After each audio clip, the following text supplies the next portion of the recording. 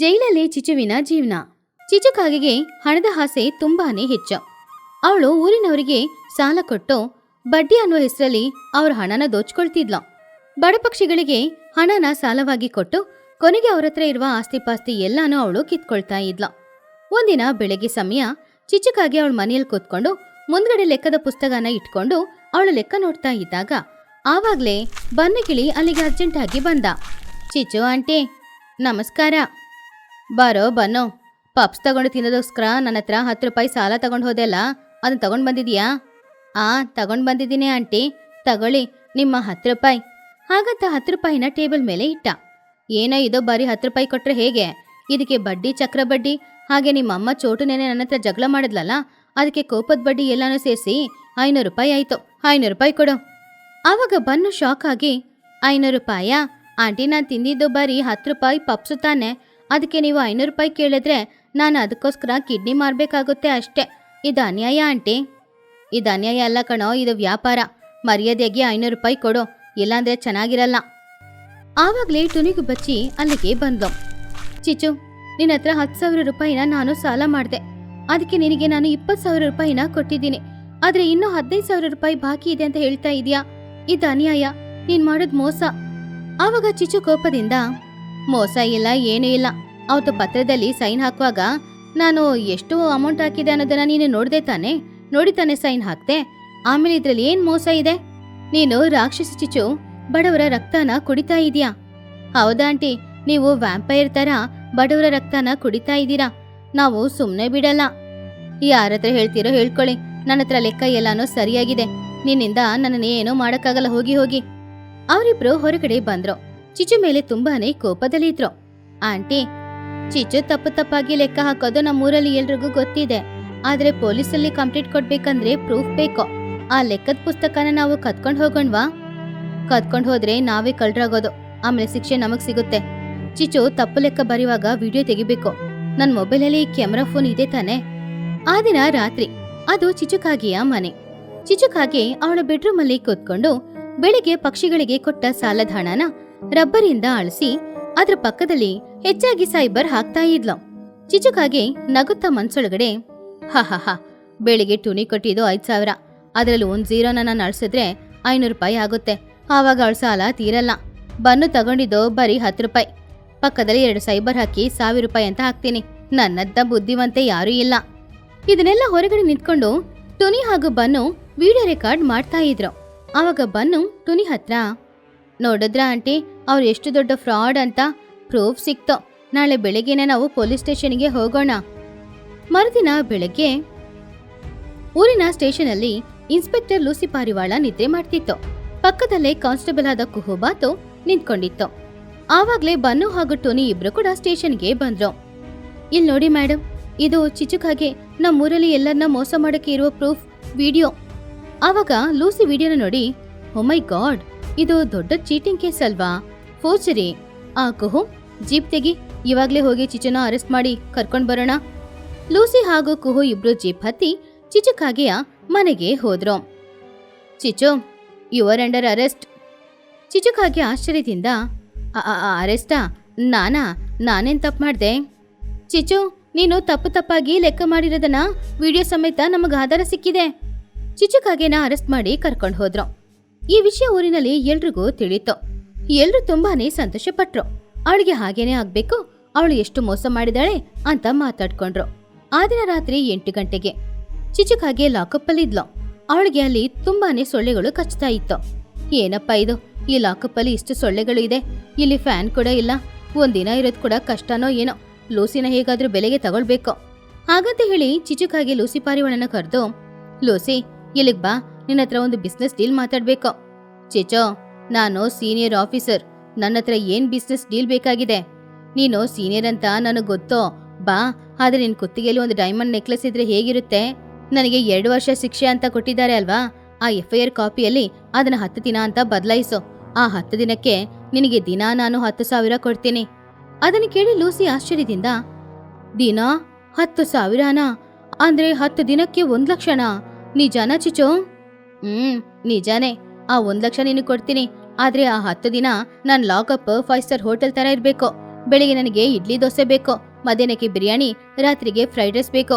ಇದನ್ನೆಲ್ಲ ನೋಡ್ಕೊಳಕ್ಕಾಗುತ್ತಾ ನಿನ್ನಿಂದ? ಅವಾಗ ಲೂಸಿ ಲಂಚಕ್ಕೆ ಆಸೆ ಪಟ್ಟು, ಡೀಲ್, ನೀನ್ ಹೇಳಿದನೆಲ್ಲ ಮಾಡಿಕೊಡ್ತೀನಿ. ಆ 1,00,000 ರೂಪಾಯಿನ ನನಗ್ ಕೊಟ್ಬಿಡು. ನಾಳೆ ಬೆಳಿಗ್ಗೆಯಿಂದ ನೀನು ಈ ಲಾಕಪ್ ಅಲ್ಲಿ ಮಹಾರಾಣಿ ತರ ಇರ್ತೀಯ ನೋಡು. ಮರುದಿನ ಬೆಳಗ್ಗೆ 8 ಗಂಟೆಗೆ ಕುಹುಬಾತು ಕಾನ್ಸ್ಟೇಬಲ್ ಸ್ಟೇಷನ್ಗೆ ಬಂದಾಗ ಲಾಕಪ್ ನ ನೋಡಿ ಆಶ್ಚರ್ಯಪಟ್ಲು. ಅಲ್ಲಿ ಚಿಚುಕಾಗೆ ಲಾಕಪ್ಗೆ ಎಸಿ ಹಾಕಿತ್ತು. ಹಾಗೇನೆ ಅವಳ ಹತ್ರ ಒಂದ್ ಮಂಚ ಇತ್ತು, ಅದ್ರ ಮೇಲೆ ಕುಟ್ಕೊಂಡಿದ್ಲು. ಪಕ್ಕದಲ್ಲಿ ಮ್ಯಾಂಗೋ ಜ್ಯೂಸ್ ಕೂಡ ಇತ್ತು. ಅದನ್ನ ನೋಡಿ ಕುಹು ಆಶ್ಚರ್ಯದಿಂದ, ಏನೋ ಲಾಕಪ್ ಅಲ್ಲಿ ಎಸಿನಾ? ಚಿಚು, ಈ ಮ್ಯಾಂಗೋ ಜ್ಯೂಸ್ನ ನಿನಗೆ ಯಾರು ಕೊಟ್ರು? ಯಾರು ಕೊಟ್ರೆ ಏನೋ, ನೀನೇ ಇವತ್ತಿಂದ ನನಗೆ ಎಲ್ಲ ಕೆಲ್ಸನೂ ಮಾಡ್ಬೇಕು ಕುಹು. ಹೋಗಿ ಪಕ್ಕದಲ್ಲಿರೋ ಹೋಟೆಲ್ ಅಲ್ಲಿ ನನಗೋಸ್ಕರ 2 ಮಸಾಲೆ ದೋಸೆನ ತಗೊಂಡ್ ಬಾ. ಮಸಾಲೆ ದೋಸೆನಾ? ಜೈಲಲ್ಲಿ ಇರೋರಿಗೆ ಮುದ್ದೆ ಕೊಡ್ತಾರೆ, ಮಸಾಲೆ ದೋಸೆ ಅಲ್ಲ. ನಾನ್ಯಾಕೆ ತಗೊಂಡ್ ಬರ್ಬೇಕು? ಅವಾಗ ಲೂಸಿ ಅಲ್ಲಿಗೆ ಬಂದು, ಕುಹು, ಮಾತಾಡ್ಬೇಡ. ಅವಳು ಕೇಳಿದೆಲ್ಲಾನು ಮಾಡಿಕೊಡು. ಅವಳು ನಮ್ಗೆ ಇಲ್ಲಿ ಗೆಸ್ಟ್. ಕುಹುಗೆ ವಿಷಯ ಅರ್ಥ ಆಯ್ತು. ಲೂಸಿ ಚಿಚು ಹತ್ರ ಲಂಚ ತಗೊಂಡಿದ್ದಾಳೆ ಅಂತ. ಆ ದಿನ ಮಧ್ಯಾಹ್ನ ಕುಡಿಯಕ್ಕೆ ಕೊಕೋ ಕೋಲಾ ಹಾಗೇನೆ ತಿನ್ನಕ್ಕೆ ಬಿರಿಯಾನಿ ಚಿಚುಕಾಗ್ಯ ಲಾಕಪ್ ಒಳಗಡೆ ಹೋಯ್ತು. ಆವಾಗ ಚಿಚು ಅವಳ ಮನ್ಸಲ್ಲಿ, ಆಹಾ, ಜೈಲ್ ಜೀವನ ಇಷ್ಟು ಚೆನ್ನಾಗಿರುತ್ತೆ ಅಂತ ನಾನು ಸ್ವಲ್ಪನೂ ಅನ್ಕೊಂಡಿರ್ಲಿಲ್ಲ. ಮನೇಲಿ ಇದೆಲ್ಲಾನು ನಾನೇ ಮಾಡ್ಕೊಳ್ಬೇಕು. ಇಲ್ಲಿ ನೀವು ಮಾಡ್ತಾ ಇದ್ದೀರಾ, ತುಂಬಾ ಥ್ಯಾಂಕ್ಸ್. ಕಾನ್ಸ್ಟೇಬಲ್ ಆದ ಕುಹುಬಾತಿಗೆ ಇಲ್ಲಿ ನಡೆಯೋದೇನು ಇಷ್ಟ ಆಗ್ಲಿಲ್ಲ. ಅವಳ ತಕ್ಷಣ ಟುನಿ ಹಾಗೂ ಬನ್ನು ಹತ್ರ ಹೋಗಿ ವಿಷಯನ ಹೇಳಿದ್ಲು. ಟುನಿ, ಬನ್ನು, ನೀವು ಚಿಚುನ ಅರೆಸ್ಟ್ ಮಾಡಿ ಕಳ್ಸಿ ಅವಳು ಶಿಕ್ಷೆ ಅನುಭವಿಸ್ತಾ ಇದ್ದಾಳ ಅಂತ ಅನ್ಕೊಂಡಿದ್ದೀರಾ. ಆದ್ರೆ ಇಲ್ಲ, ಅವಳು ಲೂಸಿಗೆ ಲಂಚ ಕೊಟ್ಟು ಅಲ್ಲಿ ಬಿರಿಯಾನಿ ತಿಂತಾ ಇದ್ದಾಳೆ. ಇನ್ನು ರಾತ್ರಿಗೆ ಪಿಜ್ಜಾ ಬೇಕಂತೆ, ಪಿಜ್ಜಾ. ಇದನ್ನೆಲ್ಲ ನಾನು ಏನು ಅಂತ ಹೇಳೋದು? ಏನೋ ಲಾಕಪ್ ಅಲ್ಲಿ ಬಿರಿಯಾನಿನಾ? ಆಂಟಿ, ನಾನೇನಾದ್ರೂ ಒಂದು ಚಿಕ್ಕ ಕಳ್ತನ ಮಾಡಿ ನಾನು ಕೂಡ ಜೈಲಿಗೆ ಬರ್ತೀನಿ. ನನ್ನನ್ನು ಅರೆಸ್ಟ್ ಮಾಡಿ ಲಾಕಪ್ ಅಲ್ಲಿ ಹಾಕಿ ನನಗೆ 3 ಹೊತ್ತು ಅದೇ ಬಿರಿಯಾನಿನ ಕೊಡಿ. ಬನ್ನು, ಜೈಲಲ್ಲಿ ಯಾರು ಬಿರಿಯಾನಿ ಹಾಕಲ್ಲ. ಆದ್ರೆ ಈ ಚಿಚು ಲೂಸಿಗೆ ಲಂಚ ಕೊಟ್ಟು ಬಿರಿಯಾನಿ ತಗೊಂಡು ತಿಂತಾ ಇದ್ದಾಳೆ. ಇದು ಸರಿ ಬರಲ್ಲ. ನಾವು ನಮ್ಮ ಮಹಿಹದ್ದು ಅಧಿಕಾರಿ ಹತ್ರ ಈ ವಿಷಯನ ಹೇಳ್ಬೇಕು. ಹೌದೌದು, ನಾನಿಲ್ಲಿ ಸುಮ್ಮನೆ ಕೂತ್ಕೊಂಡಿದ್ದೀನಿ, ಅಲ್ಲಿ ಚಿಚು ಆಂಟಿ ಬಿರಿಯಾನಿ ತಿಂತಾ ಇದ್ದಾರಾ? ಹಾಗಂತ ಅನ್ಕೊಂಡು ಅವ್ರ 3 ಜನ ಕೂಡ ದೊಡ್ಡ ಅಧಿಕಾರಿಯಾದ ಮಹಿಹದನ್ನ ನೋಡಕ್ಕೋದ್ರು. ಮಹಿಹದು ತುಂಬಾ ಸ್ಟ್ರಿಕ್ಟ್ ಆದ ಆಫೀಸರ್. ಅರೆ ಏಂಟುನಿ, ಇಲ್ಲಿ ತನಕ ಚಿಚುನ ಅರೆಸ್ಟ್ ಮಾಡಿ ಕರ್ಕೊಂಡು ಹೋಗಿ ಆಯ್ತಲ್ವಾ? ಅರೆಸ್ಟ್ ಮಾಡಿದಂತ ನಿಜಾನೇ, ಆದ್ರೆ ಅವಳಲ್ಲಿ ಶಿಕ್ಷೆ ಅನುಭವಿಸ್ತಾ ಇಲ್ಲ. ಅವಳಿಗೆ ಅಲ್ಲಿ 5 ಸ್ಟಾರ್ ಟ್ರೀಟ್ಮೆಂಟ್ ನಡೀತಾ ಇದೆ ಅಂತೆ. ಬಿರಿಯಾನಿ ತಗೊಂಡು ಹೋಗಿ ಲೂಸಿನೇ ಕೊಡ್ತಾ ಇದ್ದಾರೆ ಅಂತೆ. ಅದನ್ನ ಕೇಳಿದಾಗ ಮಹಿಹದ್ದಿಗೆ ಕೋಪ ಬಂತು. ಏನೋ ಜೈಲಲ್ಲಿ ಬಿರಿಯಾನಿನಾ? ಏನ್ ಕುಹು ಇದೆಲ್ಲ? ಓಹೋ, ಅಂದ್ರೆ ಲೂಸಿ ಲಂಚ ತಗೊಂಡು ಚಿಚಿಗೆ ಎಲ್ಲ ಸರ್ವಿಸ್ನೂ ಮಾಡ್ತಾ ಇದ್ದಾಳಾ? ಇದು ದೊಡ್ಡ ಅನ್ಯಾಯ. ಇವತ್ತು ರಾತ್ರಿ ಏನಾದ್ರೂ ಆರ್ಡರ್ ಮಾಡ್ತಾರೆ ಅಲ್ವಾ? ನಾನೇ ಮಫ್ತಿಯಲ್ಲಿ ಹೋಗಿ ಏನ್ ನಡೀತಿದೆ ಅಂತ ನೋಡ್ತೀನಿ. ಹಾಗಂತ ಹೇಳಿ ಮಹಿಹದ್ದು ಬೇರೆ ಬಟ್ಟೆ ಹಾಕೊಂಡು ಮಫ್ತಿಯಲ್ಲಿ ಸ್ಟೇಷನ್ಗೆ ಹೋದ್ರು. ಆ ದಿನ ರಾತ್ರಿ 8 ಗಂಟೆಗೆ ಚಿಚುಕಾಗೆ ಲಾಕಪ್ ಒಳಗಡೆ ಇಲ್ಲದೆ ಲಾಕಪ್ ಹೊರಗಡೆ ಟೇಬಲ್ ಅಲ್ಲಿ ಪಿಜ್ಜಾ ಇಟ್ಕೊಂಡು ಆ ಕಡೆ ಲೂಸಿ ಪಾರಿವಾಳ, ಈ ಕಡೆ ಚಿಚುಕಾಗೆ ಇಬ್ರು ಕೂತ್ಕೊಂಡು ಮಾತಾಡ್ತಾ ಇದ್ರು. ವಾ ಲೂಸಿ, ಪಿಜ್ಜಾ ಚೆನ್ನಾಗಿದೆ. ನನಗೆ ಇಲ್ಲೇ ಇರ್ಬೇಕು ಅಂತ ಅನಿಸ್ತಾ ಇದೆ. ನೀನ್ ನನ್ನ ಫ್ರೆಂಡ್ ತರ ಆಗ್ಬಿಟ್ಟಿದೀಯಾ. ಆದ್ರೆ ಏನ್ ಮಾಡೋದು, ನಾನ್ ಕೂಡ ಹೋಗ್ಬೇಕಲ್ವಾ? ಹೋಗ್ಬೇಕು ಚಿಚು, ನೀನು ಹಣ ಕೊಡ್ತಾ ಇರೋ, ನಾನು ನಿನಗೆ ಬೇಕಾಗಿರೋ ಎಲ್ಲ ಸರ್ವಿಸ್ನೂ ಮಾಡ್ತೀನಿ. ನನಗೆ ಇನ್ನೇನ್ ಬೇಕೋ? ಆವಾಗ್ಲೇ ಹಿಂದ್ಗಡೆಯಿಂದ ಗಂಭೀರವಾದ ಒಂದು ಧ್ವನಿ ಕೇಳಿಸ್ತು. ಓ, ಪಿಜ್ಜಾ ತುಂಬಾ ಟೇಸ್ಟ್ ಆಗಿದೆ ಅಂತ ಅನಿಸ್ತಾ ಇದೆ, ನನ್ಗೊಂದು ಪೀಸ್ ಸಿಗುತ್ತಾ? ಆ ಶಬ್ದ ಕೇಳಿದಾಗ ಲೂಸಿ ಪಾರಿವಾಳ ಹಿಂದೆ ತಿರುಗಿ ನೋಡಿದ್ಲು. ಆವಾಗ ಅಲ್ಲಿ ಮಹಿಯಾದು ನಿಂತ್ಕೊಂಡಿದ್ದನ್ನ ನೋಡಿ ಲೂಸಿಗೆ ಏನ್ ಮಾಡ್ದಂತ ಅರ್ಥನೇ ಆಗ್ಲಿಲ್ಲ. ಅವಳಿಗೆ ಮೈಕೈ ಎಲ್ಲ ನಡುಗ್ತಾ ಇತ್ತು. ಮೇಡಮ್, ನೀವು ಈ ಸಮಯದಲ್ಲಿ ಇಲ್ಲಿ? ಹಾ, ನಾನೇ. ಯಾಕೆ? ನಾನಿವಾಗ ಇಲ್ಲಿ ಬರ್ಬಾರ್ದಾಗಿತ್ತಾ? ಹಾಗಂತ ಹೇಳಿ ಚಿಚಿನ ನೋಡಿ, ಚಿಚೋ, ನೀನ್ ಇಲ್ಲಿಗೆ ಬಂದಿರೋದು ಶಿಕ್ಷೆ ಅನುಭವಿಸಕ್ಕೆ, ಈ ರೀತಿ ರಾಣಿ ತರ ಇರಕ್ಕಲ್ಲ. ಅಂದ್ರೆ ಮಹಿಯವ್ರೆ, ನನಗೆ ಇಲ್ಲಿ ಫುಡ್ ಸೆಟ್ ಆಗಿಲ್ಲ, ಅದಕ್ಕೆ ಹೊರಗಡೆಯಿಂದ ತಗೊಂಡ್ ಬರಕ್ ಕೇಳಿದೆ. ಅಲ್ಲಿ ಲೂಸಿ ತುಂಬಾ ಒಳ್ಳೆಯವರು. ಒಳ್ಳೆಯವ್ರು ಏನಲ್ಲ, ಅಲ್ಲಿ ನೋಡಿದ್ರ ಲಾಕಪ್ ಅಲ್ಲಿ AC ಹಾಕಿದ್ದಾರೆ. ಹಣ ಕೊಟ್ರೆ AC ಅಲ್ಲ, ಏನ್ ಬೇಕಾದ್ರೆ ಇವರು ಮಾಡ್ತಾರೋ ಏನೋ ಯಾರಿಗ್ ಗೊತ್ತೋ. ಮಹಿಹದ್ದು ತುಂಬಾನು ಕೋಪದಿಂದ, ಲೂಸಿ, ನೀನ್ ಮಾಡ್ತಾ ಇರೋದು ತಪ್ಪು ಅಂತ ನಿನಗೆ ಗೊತ್ತು ತಾನೆ? ಇವಾಗ ನಿನ್ನ ನಾನು ಕೆಲಸದಿಂದ ತೆಗಿತಾ ಇದ್ದೀನಿ. ಅದ್ ಮಾತ್ರ ಅಲ್ಲ, ಈ ಚಿಚ್ಚು ಜೊತೆ ನೀನು ಸ್ಟೇಷನ್ ನಲ್ಲಿ ಲಾಕಪ್ ಅಲ್ಲಿ ಕೂರ್ಬೇಕು. ಚಿಚ್ಚು, ನಿನಗೆ ಇಲ್ಲಿ ಲಾಕಪ್ ಸೆಟ್ ಆಗಲ್ಲ. ನೀನು ಸಿಟಿಯಲ್ಲಿರುವ ಸೆಂಟ್ರಲ್ ಜೈಲಿಗೆ ಹೋಗೋ. ಆವಾಗ ಲೂಸಿ ಪಾರಿವಾಳ, ಮೇಡಮ್, ಸಾರಿ ಮೇಡಮ್, ಏನೋ ಹಣದ ಮೇಲೆ ಇರೋ ಆಸೆಯಲ್ಲಿ ತಪ್ಪು ಮಾಡ್ದೆ. ಇನ್ಮುಂದೆ ಈ ರೀತಿ ಎಲ್ಲ ಮಾಡಲ್ಲ. ನಿನ್ನಂತ ತಪ್ಪು ಮಾಡೋರಿಗೆ ಇಲ್ಲಿ ಕ್ಷಮಾಪಣೆ ಇಲ್ಲ. ನೀವಿಬ್ರು ಕೂಡ ಇವಾಗ್ಲೇ ಜೈಲಿಗೆ ಹೋಗ್ಬೇಕಾಗುತ್ತೆ. ಕುಹೋ, ಬೇಗ ಸೆಂಟ್ರಲ್ ಜೈಲಿಂದ ಪೊಲೀಸ್ ವ್ಯಾನ್ನ ಬರಕ್ಕೇಳು. ಇವರಿಬ್ರನ್ನ ಅದ್ರಲ್ಲಿ ಹತ್ಸಿ ಸೆಂಟ್ರಲ್ ಜೈಲಿಗೆ ಕರ್ಕೊಂಡು ಹೋಗೋಣ. ಅಲ್ಲಿ ಇವರಿಗೆ ಪಿಜ್ಜಾ ಸಿಗಲ್ಲ, ಬರೀ ರಾಗಿ ಮುದ್ದೆ ಸಿಗುತ್ತೆ. ಅದನ್ನೇ ತಿನ್ಕೊಂಡು ಕೂತ್ಕೊಂಡಿರ್ಲಿ. ಅದನ್ನ ಕೇಳಿ ಚಿಚುಕಾಗೆ ಭಯದಲ್ಲಿ, ಏನೋ ರಾಗಿ ಮುದ್ದೆನಾ, ಸೆಂಟ್ರಲ್ ಸ್ಟೇಷನ್ ಅದೆಲ್ಲ ಬೇಡ, ನನ್ನನ್ನ ಕ್ಷಮಿಸ್ಬಿಡಿ. ಇನ್ ಮುಂದೆ ನಾನು ತಪ್ಪು ಮಾಡಲ್ಲ. ನಾನು ತಗೊಂಡ ಹಣ ಎಲ್ರಿಗೂ ನಾನು ವಾಪಸ್ ಕೊಟ್ಬಿಡ್ತೀನಿ. ಚಿಚು, ಏನ್ ಮಾತಾಡಿದ್ರು ನೀನ್ ತಪ್ಪಿಸ್ಕೊಳಕ್ಕಾಗಲ್ಲ, ಯಾಕಂದ್ರೆ ಊರಿನವರ ಶಾಪ ನಿನಗ್ ಸಿಕ್ಕಿದೆ. ಹೌದೌದು, ನೀವು ಜೈಲಲ್ಲಿ ಕೂತ್ಕೊಂಡು ರಾಗಿ ಮುದ್ದೆ ತಿಂತಾ ಇರಿ, ನಾವೆಲ್ಲರೂ ಹೊರಗಡೆ ಕೂತ್ಕೊಂಡು ಬಿರಿಯಾನಿ ತಿಂತಾ ಇರ್ತೀವಿ. ಸೆಲ್ಫಿ ತೆಗ್ದು ಒಳಗಡೆ ಕಳಿಸ್ತೀನಿ.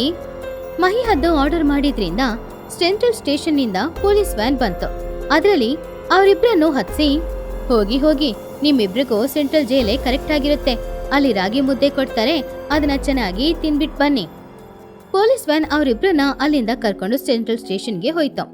ಕುಹೋ, ನೀನು ತುಂಬಾ ನಿಯತ್ತಾಗಿದ್ಯಾ, ಅದಕ್ಕೆ ಇವತ್ತಿಂದ ಈ ಸ್ಟೇಷನ್ಗೆ ನಿನ್ನನ್ನೇ ನಾನು ಇನ್ಸ್ಪೆಕ್ಟರ್ ಆಗಿ ಪ್ರಮೋಟ್ ಮಾಡ್ತಾ ಇದ್ದೀನಿ. Thank you madam. ಎಲ್ಲ ಸರಿಯಾಗಿ ಮುಗೀತು ಅಲ್ವಾ? ಇವಾಗ ಒಳಗಡೆ ಆ ಟೇಬಲ್ ಅಲ್ಲಿ ಪಿಜ್ಜಾ ಇದೆ, ಅದು ಮತ್ತೆ ತಣ್ಣಗಾದ್ರೆ ಚೆನ್ನಾಗಿರಲ್ಲ, ಅದಕ್ಕೆ ನಾವೆಲ್ಲರೂ ಸರಿ ಆ ಪಿಜ್ಜಾನ ತಿಂದ್ರೆ ಚೆನ್ನಾಗಿರುತ್ತೆ ಅಲ್ವಾ? ಆವಾಗ ಚೋಟು ಅಲ್ಲಿಗೆ ಬಂದು, ನಿನಗೆ ಲಾಕಪ್ ಅಲ್ಲಿ ಕೊಡೋ ಫುಡ್ ಇಷ್ಟ ಅಂದ್ರೆ ಹೇಳೋ, ಆ ವ್ಯಾನಲ್ಲಿ ನಿನ್ನನ್ನು ಕೂಡ ನಾನು ಕಳಿಸ್ಬಿಡ್ತೀನಿ, ಅಲ್ಲೇ ಇರೋ. ಹಾಗಂತ ಹೇಳಿದಾಗ ಅದನ್ನ ಕೇಳಿ ಎಲ್ರೂ ಜೋರಾಗಿ ನಗಾಡ್ತಾ ಇದ್ರು. ಸಮುದ್ರದ ಮಧ್ಯದಲ್ಲಿ ದ್ವೀಪ. ಪಕ್ಷಿಗಳ ಗ್ರಾಮದಲ್ಲಿ ಚಿಚುಕಾಗೆಗೆ ಶಾರ್ಟ್ಕಟ್ ಅಲ್ಲಿ ಶ್ರೀಮಂತಳಾಗ್ಬೇಕು ಅನ್ನುವ ಆಸೆ ಇತ್ತು.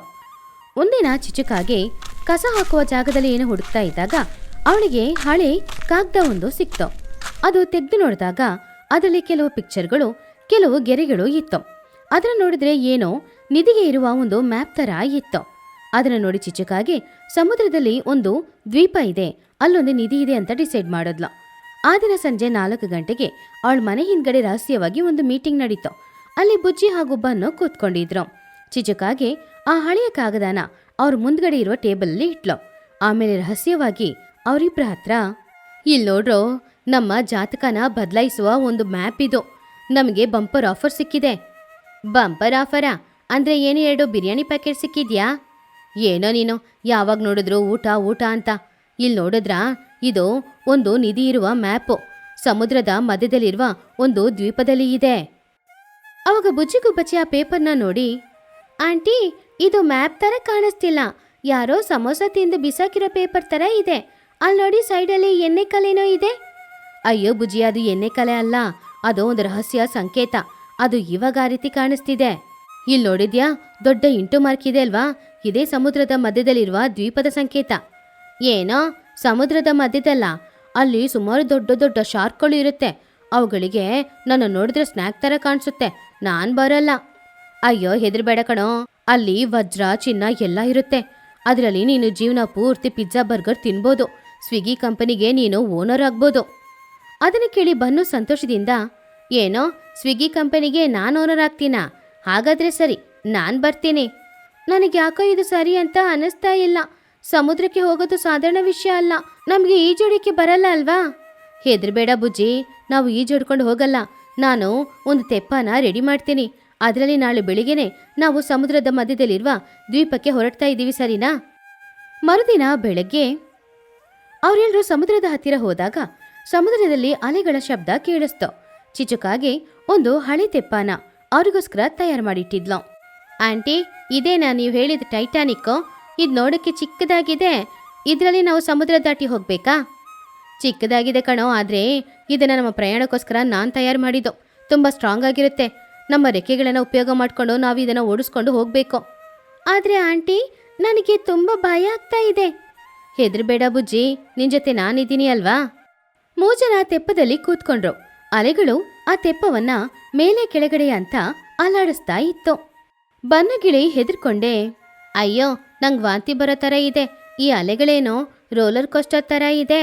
ಆಂಟಿ, ಸ್ವಲ್ಪ ನಿಲ್ಲಿಸ್ತೀರಾ? ನಾನು ಇಲ್ಲೇ ಇಳಿದ್ಬಿಡ್ತೀನಿ. ಇಲ್ಲೇ ಇಳಿದ್ರೆ ನೀನು ಶಾರ್ಕ್ ಹೊಟ್ಟೆಯೊಳಗಡೆ ಹೋಗ್ಬಿಡ್ತೀಯ ಕಣೋ. ಅಲ್ಲಿ ನೋಡಿ, ಅಲ್ಲೇನೋ ಕಾಣಿಸ್ತಾ ಇದೆ, ಅದೇ ದ್ವೀಪ ಇರಬೇಕು. ಆಂಟಿ, ಅದು ದ್ವೀಪ ಅಲ್ಲ, ಅದು ದೊಡ್ಡ ಬಂಡೆ ಕಲ್ಲು, ಇನ್ನು ಸುಮಾರು ದೂರ ನಾವು ಹೋಗಬೇಕು. ನನಗೆ ಹಸ್ವಾಗ್ತಾ ಇದೆ ಆಂಟಿ, ಲಂಚ್ ಏನಾದರೂ ತಗೊಂಡು ಬಂದಿದ್ದೀರಾ? ನಿಧಿ ಬೇಟೆಗೆ ಹೋಗೋನಿಗೆ ಹಸುವಾಗ್ಬಾರ್ದು ಕಣೋ. ಆ ದ್ವೀಪದಲ್ಲಿ ಎಳ್ನೀರುಗಳು ಸಿಗುತ್ತೆ, ಅಲ್ಲಿ ಕೊಡ್ತೀನಿ ಬಾ. ಹೇಗೋ ಕಷ್ಟಪಟ್ಟು ಮಧ್ಯಾಹ್ನ 12 ಗಂಟೆ ಸಮಯಕ್ಕೆ ಸಮುದ್ರದಲ್ಲಿದ್ದ ಒಂದು ದ್ವೀಪಕ್ಕೆ ಬಂದು ಸೇರಿದ್ರು. ಅಲ್ಲಿದ್ದಿದ್ದು ಬರೀ ಮರಳು, 4-5 ತೆಂಗಿನ ಮರ. ಅವರು ಅಲ್ಲಿಗೆ ಬಂದು ಇಳಿದ್ರು. ಚಿಚುಕಾಗಿ ಕೆಳಗಡೆ ಇಳಿದು ಮ್ಯಾಪ್ನ ನೋಡಿ, ಎಸ್, ನಾವು ಬಂದಾಯ್ತು. ಇದೇ ಚಿನ್ನದ ದ್ವೀಪ.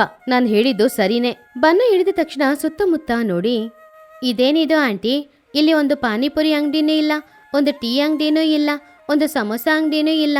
ಇಲ್ಲಿ ಹಸುವಾದ್ರೆ ಏನ್ ತಿನ್ನೋದು ಹೇಳಿ? ಏಯ್, ಇಲ್ಲಿ ಯಾರು ಇರಲ್ಲ ಕಣೋ. ಇವಾಗ ಈ ದ್ವೀಪದಲ್ಲಿರೋದು ನಾವು ಮಾತ್ರನೇ. ಹಾಗಾದ್ರೆ ಇಲ್ಲಿ ಹಸಿವಾದ್ರೆ ಮಣ್ಣು ತಿನ್ಬೇಕಾ, ಮರಳು ತಿನ್ಬೇಕಾ? ಸುಮ್ನಿರೋ. ಇಲ್ಲಿಗೆ ಬಂದಿದ್ದು ನಾವು ಊಟ ಮಾಡಕ್ಕಲ್ಲ, ನಿಧಿನ ಹುಡ್ಕೊಂಡು ಬಂದಿದ್ದೀವಿ. ಆ ನಿಧಿ ಎಲ್ಲಿದೆ ಅಂತ ಈ ಮ್ಯಾಪಲ್ಲಿ ನೋಡ್ಬೇಕು. ಒಂದು ತೆಂಗಿನ ಮರದ ಕೆಳಗಡೆ 10 ಅಡಿ ಆಳದಲ್ಲಿ ನಿಧಿ ಇದೆ ಅಂತ ಬರ್ತಿದೆ. ಆಂಟಿ, ಇಲ್ಲಿರೋದೆಲ್ಲ ತೆಂಗಿನ ಮರನೇ. ಯಾವ ತೆಂಗಿನ ಮರದ ಕೆಳಗಡೆ? ಚಿಚುಕಾಗೆ ತುಂಬಾ ಕನ್ಫ್ಯೂಸ್ ಆದ್ಲು. ಅದು ಅಲ್ಲಿರುವ 2 ಮರಗಳನ್ನ ನೋಡಿ, ಖಂಡಿತ ಇಲ್ಲೇ ಇರ್ಬೇಕು. ಚಿನ್ನು, ಅಲ್ಲ ಬನೋ, ಆ ಮರದ ಕೆಳಗಡೆ ಹೋಗಿ ಹಳ್ಳ ತೋಡು ಹೋಗು. ಏನೋ ನಾನಾ? ನನ್ನ ಕೈ ಚಿಕ್ಕದಲ್ವಾ, ನೀವೇ ಹಳ್ಳ ತೆಗಿಬೋದಲ್ವಾ? ನಿನಗೆ ಜಾಸ್ತಿ ಕೊಡ್ತೀನಿ ಕಣೋ. ಡೈಮಂಡ್ ನೆಕ್ಲೆಸ್ನ ನಿನಗೆ ಕೊಡ್ತೀನಿ. ಡೈಮಂಡ್ ನೆಕ್ಲೆಸ್ಸು ನನಗೆ ಯಾಕೆ? ಒಂದು ಪಿಜ್ಜಾ ಹಟ್ಟನ್ನ ನನಗೋಸ್ಕರ ಕೊಡಿಸ್ತೀರಾ?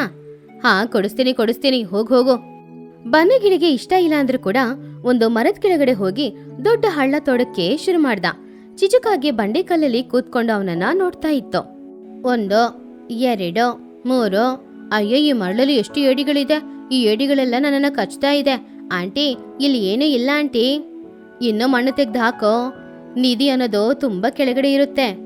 ಆದ್ರೆ ಆಂಟಿ, ನಿಮ್ಮ ಕೈಯಲ್ಲಿರುವ ಮ್ಯಾಪಲ್ಲಿ ಆ 8 ಮಾರ್ಕ್ ಸಮುದ್ರದ ಕಡೆ ತೋರಿಸ್ತಿದೆ. ನೀವ್ಯಾಕೆ ತೆಂಗಿನ ಮರದ ಕಡೆ ತೋಡಕ್ಕೆ ಹೇಳ್ತಿದ್ದೀರಾ? ಆವಾಗ ಚಿಚುಕಾಗಿ ಆ ಮ್ಯಾಪನ್ನ ಆ ಕಡೆ ಈ ಕಡೆ ಸುತ್ತಿ, ಅಯ್ಯೋ, ಮ್ಯಾಪ್ನ ನಾನು ಕೆಳಗಡೆ ಇಟ್ಕೊಂಡು ನೋಡ್ತಾ ಇದ್ದೀನಾ? ಬನ್ನು, ಅಲ್ಲಲ್ಲ ಕಣೋ, ಈ ಸಮುದ್ರದ ಪಕ್ಕದಲ್ಲಿ ಬಂದು ಹಳ್ಳ ತೋಡು. ಬನ್ನಗಿಳಿ ತುಂಬಾ ಅನುಕೋಪದಿಂದ, ಆಂಟಿ, ನನ್ನನ್ನ ಸಾಯ್ಸ ಕರ್ಕೊಂಬಂದಿದ್ದೀರಾ? ಇಷ್ಟೊತ್ತು ಕಷ್ಟಪಟ್ಟು ಹಳ್ಳ ತೆಗ್ದಿದ್ದೀನಿ. ಇವಾಗ ಆ ಜಾಗ ಅಲ್ಲ ಈ ಜಾಗ, ಇಲ್ಲಿ ಹಳ್ಳ ತೆಗಿಯಕ್ಕೆ ಕೇಳಿದ್ರೆ ನಾನು ಹೇಗ್ ತೆಗಿಯೋದು? ಏನೋ ಪಿಜ್ಜಾ ಹಟ್ಟು ಕೊಡಿಸ್ತೀನಿ ಅಂತ ಹೇಳ್ದೆ ತಾನೆ? ಪಿಜ್ಜಾ ಹಟ್ಟು ಬೇಕಾ ಬೇಡ್ವಾ? ಬೇಕು. ಸರಿ, ಆದ್ರೆ ಇದೇ ಲಾಸ್ಟು. ಇನ್ನೊಂದ್ಸಲ ಬೇರೆ ಜಾಗದಲ್ಲಿ ಹಳ್ಳ ತೆಗಿಯ ಕೇಳಿದ್ರೆ ತೆಗಿಯಲ್ಲ ನಾನು. ಬನ್ನು ಹೋಗಿ ಸಮುದ್ರದ ಹತ್ತಿರದಲ್ಲಿರುವ ಜಾಗದಲ್ಲಿ ಹಳ್ಳ ತೋಡಕ್ಕೆ ಶುರು ಮಾಡ್ದ. ಬಿಸಿಲು ತುಂಬಾ ಜಾಸ್ತಿ ಇತ್ತು. ಚಿಚುಕಾಗೆ ಮಾತ್ರ ಇನ್ನು ಸುಮ್ನೆ ಕೂತ್ಕೊಂಡೇ ಇದ್ಲು. ಸ್ವಲ್ಪ ಸಮಯದ ನಂತರ ಹಳ್ಳ ತೋಡ್ತಾ ಇದ್ದಾಗ ಏನೋ ಬನ್ನು ಕೈಗೆ ತಗ್ಲಿತ್ತು. ಟಕ್ ಅಂತ ಶಬ್ದ ಬಂತು.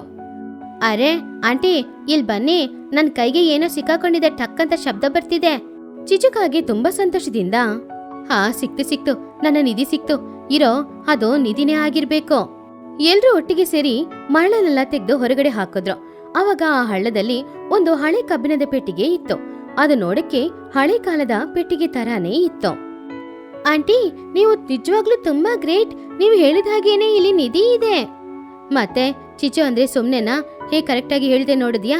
ಇನ್ ಮುಂದೆ ನಾವೆಲ್ರೂ ಕೋಟ್ಯಾಧಿಪತಿಗಳು. ಬನ್ನು, ನಿನಗೆ ನಾನು ನಿಜವಾಗ್ಲೂ ಪಿಜ್ಜಾ ಹಟ್ ಕೊಡಿಸ್ತೀನಿ. ಸರಿ ಆಂಟಿ, ಮೊದ್ಲು ಇದನ್ನ ಓಪನ್ ಮಾಡಿ ನೋಡಿ. ಒಳಗಡೆ ಚಿನ್ನ ಇದೆಯಾ, ವಜ್ರ ಇದೆಯಾ ಅಂತ ನೋಡ್ಬೇಕಲ್ವಾ? ಮನಸ್ಸಲ್ಲಿ ಬಿಸ್ಕೆಟ್ ಇದ್ರೆ ತಿನ್ಬೋದಲ್ಲ ಅಂತ ಅವನು ಅನ್ಕೊಂಡಿದ್ದ. ನಿಂತ್ಕೊಳ್ರೋ, ಬೀಗ ಹಾಕಿದೆ ಅಲ್ವಾ, ಅದನ್ನ ಹೊಡೆದಾಕೋಣ. ಹಾಗಂತ ಹೇಳಿ ಚಿಚುಕಾಗಿ ಒಂದು ದೊಡ್ಡ ಕಲ್ಲನ್ನ ತೆಗೆದ್ಲು. ಆ ಬೀಗದ ಮೇಲೆ 2-3 ಸಲ ಹೊಡೆದ್ಲು. ಅದು ಹಳೆ ಬೀಗ ಅನ್ನೋದ್ರಿಂದ ಪಟ್ಟಂತ ಬೀಗ ಓಪನ್ ಆಯ್ತು. ಚಿಚುಕಾಗಿಗೆ ತುಂಬಾನು ಆಸಕ್ತಿ ಉಂಟಾಯಿತು. ಜೈ ಲಕ್ಷ್ಮೀದೇವಿ, ಬಾಮ ಹಾಗಂತ ಅನ್ಕೊಂಡು ಅವಳ ಪೆಟ್ಟಿಗೆ ಮುಚ್ಚಳನ ತೆರೆದ್ಲು. ಅದರಲ್ಲಿ ಚಿನ್ನಾನೂ ಇಲ್ಲ, ವಜ್ರಾನೂ ಇಲ್ಲ. ಆವಾಗ ಏನಿತ್ತು? ಸುಮಾರು ಹಳೆಯ ಚಾಕ್ಲೇಟ್ ಪೇಪರ್ಗಳು, ಹಾಗೇನೆ ಖಾಲಿಯಾಗಿರುವ ಚಿಪ್ಸ್ ಕವರ್ಗಳು, ಹಾಗೇನೆ ಖಾಲಿಯಾಗಿರುವ ಕೂಲ್ ಡ್ರಿಂಕ್ಸ್ ಬಾಟಲ್ಗಳು ಮಾತ್ರ. ಪಾಪ ಬನ್ನು ಆ ಚಿಪ್ಸ್ ಪ್ಯಾಕೆಟ್ ಅಲ್ಲಿ ಏನಾದ್ರೂ ಚಿಪ್ಸ್ ಉಳಿದಿದೆಯೋ ಏನೋ ಅಂತ ತೆಗ್ದು ನೋಡ್ದ. ಆದ್ರೆ ಅದರಲ್ಲಿ ಒಂದು ಚಿಪ್ಸ್ ಕೂಡ ಇಲ್ಲ. ಆಂಟಿ, ಏನಿದು? ನಿಧಿ ಅಂದ್ರೆ ಕಸನಾ? ಇದ್ರಲ್ಲಿ ಒಂದು ಚಿಪ್ಸ್ ಕೂಡ ಇಲ್ಲ, ಎಲ್ಲಾನು ಖಾಲಿ. ಪಾಪ ಚಿಚು ಕಣ್ಣಿಂದ ಕಣ್ಣೀರು ಸುರಿತಾ ಇತ್ತು. ಏನೋ ಇದು, ಚಿನ್ನನೂ ಇಲ್ಲ, ವಜ್ರನೂ ಇಲ್ಲ. ಈ ಕಸಗಳನ್ನೆಲ್ಲ ತೆಗಿಯೋಸ್ಕರನಾ ನಾವು ಸಮುದ್ರದಲ್ಲಿ ಇಷ್ಟು ದೂರ ಬಂದಿದ್ದೋ? ಅವಾಗ ಬುಜ್ಜಿಗುಬ್ಬಚ್ಚಿ ಒಂದು ಹಳೆ ಕಾಗ್ದಾನ ತೆಗೆದು ಓದಿ, ಆಂಟಿ, ಇದ್ರಲ್ಲಿ ಏನೋ ಬರ್ದಿದೆ. Dear tourist, please don't throw garage on the island. Keep it in the box. Goa cleaning team. ಅಂದ್ರೆ ಆ ಮ್ಯಾಪಲ್ಲಿ ಇದ್ದಿದ್ದು ನಿಧಿ ಅಲ್ವಾ? ಈ ಕಸದ ಬುಟ್ಟಿನ ಯಾರೋ ಟೂರಿಸ್ಟ್ಗಳು ಈ ಕಸದ ಬುಟ್ಟಿನ ಇಲ್ಲಿ ಇಟ್ಬಿಟ್ಟು ಹೋಗಿದ್ದಾರೆ. ನಾವು ಸಮುದ್ರ ದಾಟಿ ಈ ಕಸದ ಬುಟ್ಟಿಗೋಸ್ಕರ ಇಷ್ಟು ದೂರ ಬಂದಿದೀವ. ಅಯ್ಯೋ, ನಾನು ಆ ಮ್ಯಾಪ್ನ ನೋಡಿ ನಿಜವಾಗ್ಲೂ ನಿಧಿ ಇದೆ ಅಂತ ನಂಬ್ಕೊಂಡು ಇಷ್ಟು ದೂರ ಬಂದೆ. ಇಲ್ಲಿಗೆ ಬಂದ್ಮೇಲೆ ನನಗೆ ಸಿಕ್ಕಿದ್ದು ಬರೀ ಕಸದ ಬುಟ್ಟಿನ. ಬನ್ನುಗಿಳಿ ತುಂಬಾನು ಕೋಪದಿಂದ, ಆಂಟಿ, ನೀವು ನನ್ನನ್ನ ಮೋಸ ಮಾಡಿದೀರಾ. ಇಷ್ಟು ದೂರ ನನ್ನನ್ನು ಕರ್ಕೊಂಡ್ಬಂದು ಹಳ್ಳ ತೋಡಕ್ಕೆ ಹೇಳಿ ಈ ಕಸದ ಬುಟ್ಟಿನ ಹೊರಗಡೆ ತೆಗ್ಸಿದೀರಾ. ನನಗೆ ಇವಾಗ ತುಂಬಾ ಹಸುವಾಗ್ತಾ ಇದೆ. ಇಲ್ಲಿ ತಿನ್ನಕ್ಕೆ ಏನೂ ಇಲ್ಲ. ನಾನು ಹಸುವು ತಡ್ಕೊಳ್ಳಲ್ಲ. ಇವಾಗ ವಾಪಸ್ ನನ್ನನ್ನು ನೀವು ಮನೆಗೆ ಕರ್ಕೊಂಡು ಹೋಗ್ತೀರಾ? ಸಾರಿ ಕಣ ಬನ್ನು, ನನ್ನ ಅತಿಯಾಸೆಯಿಂದನೇ ತಪ್ಪು ನಡೀತು. ಬನ್ನಿ ಮನೆಗೆ ಹೋಗೋಣ. ಇವಾಗ ಈ ತೆಪ್ಪ ಓಡ್ಸೋದು ಯಾರೋ? ನನಗೆ ಹಳ್ಳ ತೆಗ್ದೋ ರೆಕ್ಕೆ ಎಲ್ಲ ನೋವಾಗ್ತಾ ಇದೆ. ನಾನು ಓಡ್ಸಲ್ಲ, ನೀವೇ ಓಡಿಸ್ಬೇಕಾಗುತ್ತೆ. ಸರಿ ಕಣೋ, ನೀನು ಮಲ್ಕೋ, ನಾನೇ ಹೇಗಾದ್ರೂ ಕರ್ಕೊಂಡು ಹೋಗ್ತೀನಿ. 3 ಜನರು ನಿರಾಸೆಯಿಂದ ಪುನಃ ಆ ತೆಪ್ಪದಲ್ಲಿ ಹತ್ತಿ ಕೂತ್ಕೊಂಡು ಹೊರಟ್ರು.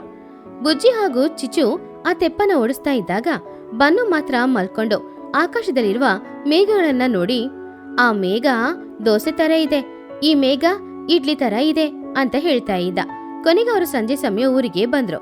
ಬನ್ನನ ನೋಡಿ ಚೋಟು ತುಂಬಾನು ಸಂತೋಷ ಪಟ್ಲು. ಬನ್ನು, ಎಲ್ಲೋ ಹೋಗಿದ್ದೆ? ಬೆಳಗಿಂದ ಕಾಣಿಸ್ಲೇ ಇಲ್ಲ ನೀನು. ಅವಾಗ ಬನ್ನು ಗಿಳಿ, ಅಮ್ಮ, ನಾನು ಕಸ ತಗೊಂಡ್ ಬರೋದಕ್ಕೋಸ್ಕರ ಹೋಗಿದ್ದೆ. ಈ ಚಿಚ್ಚು ಆಂಟಿ ನನಗೆ ಮೋಸ ಮಾಡಿದ್ರು. ನನಗ್ ತುಂಬಾ ಹಸುವಾಗ್ತಾ ಇದೆ ಮಾ. ಅವಾಗ ಚಿಚುಕಾಗೆ, ಸಾರಿ ಚೋಟು, ಇನ್ ಮುಂದೆ ಈ ರೀತಿ ಯಾವುದೇ ಕೆಲ್ಸನ ಮಾಡಲ್ಲ. ಆಂಟಿ, ಇವತ್ತು ನಾವೊಂದು ಒಳ್ಳೆ ಪಾಠ ಕಲ್ತ್ಕೊಂಡಿದ್ದೀವಿ. ಅದೇನು ಅಂದ್ರೆ, ಕಷ್ಟಪಡದೆ ಏನಾದ್ರೂ ಸಿಕ್ಕಿದ್ರೆ ಚೆನ್ನಾಗಿರುತ್ತೆ ಅಂತ ಅಂದ್ಕೊಂಡ್ರೆ ನಾವು ಮೋಸ ಹೋಗ್ತೀವಿ. ಅದೇ ರೀತಿ ಕಸಗಳನ್ನ ಎಲ್ ಬೇಕಾದ್ರೂ ಹಾಕ್ಬಾರ್ದು ಅನ್ನೋ ಪಾಠ ಕಲ್ತ್ಕೊಂಡ್ವಿ. ಹೌದೌದು, ನಿಜನೇ ಬುಜ್ಜಿ. ಈ ಕಥೆಲಿರುವ ನೀತಿ ಏನು ಅಂದ್ರೆ, ಅತಿ ಆಸೆ ಗತಿಕೇಡು. ಕಷ್ಟಪಡದೆ ಶಾರ್ಟ್ಕಟ್ ಅಲ್ಲಿ ಶ್ರೀಮಂತರಾಗ್ಬೇಕು ಅಂತ ಅಂದ್ಕೊಳ್ಳೋರಿಗೆ ಈ ಕತೆ ಒಂದೊಳ್ಳೆ ಪಾಠ.